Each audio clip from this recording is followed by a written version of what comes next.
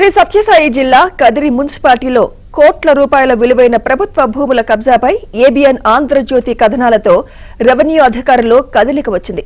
అక్రమంగా భవనాలు కట్టిన వారిపై ఆర్డీఓ వివిఎస్ శర్మ ఆగ్రహం వ్యక్తం చేశారు. ఆక్రమణకు గురైన ప్రభుత్వ స్థలాల్ని పరిశీలించారు. అక్రమ కట్టడాల్ని వెంటనే కూల్చేయాలని అధికారులను ఆదేశించారు. నారాయణ్ పాల్, బొట్టు స్వామి అనే ఇద్దరు వ్యక్తులు ప్రజల్ని మోసం చేసి డబ్బు తీసుకుని నకిలీ పట్టాలను అంటగట్టారని ఆర్డీఓ శర్మ తెలిపారు. వాటిని గుర్తించడానికి ప్రత్యేక కమిటీని ఏర్పాటు చేస్తామన్నారు.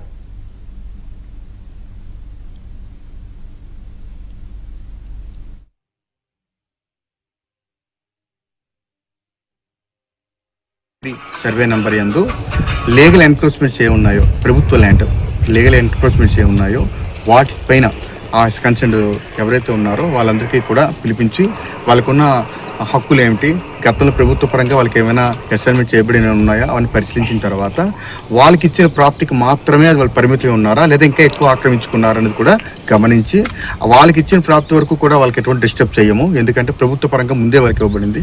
ఒకవేళ అది కాని పక్షంలో ఉన్నట్లయితే అవన్నీ తొలగిస్తామనేసి వాళ్ళు తెలియజేయడం. అలాగే కొన్ని ఎన్క్రోచ్మెంట్స్ కూడా ఇప్పుడు ఈరోజు ఐడెంటిఫై చేశాము. వాటిని కూడా ఈరోజు ముందు నుండి ఈరోజు యాక్షన్ తీసుకుంటున్నాం. అలాగే ఒక కమిటీ కూడా ఫామ్ చేశాము.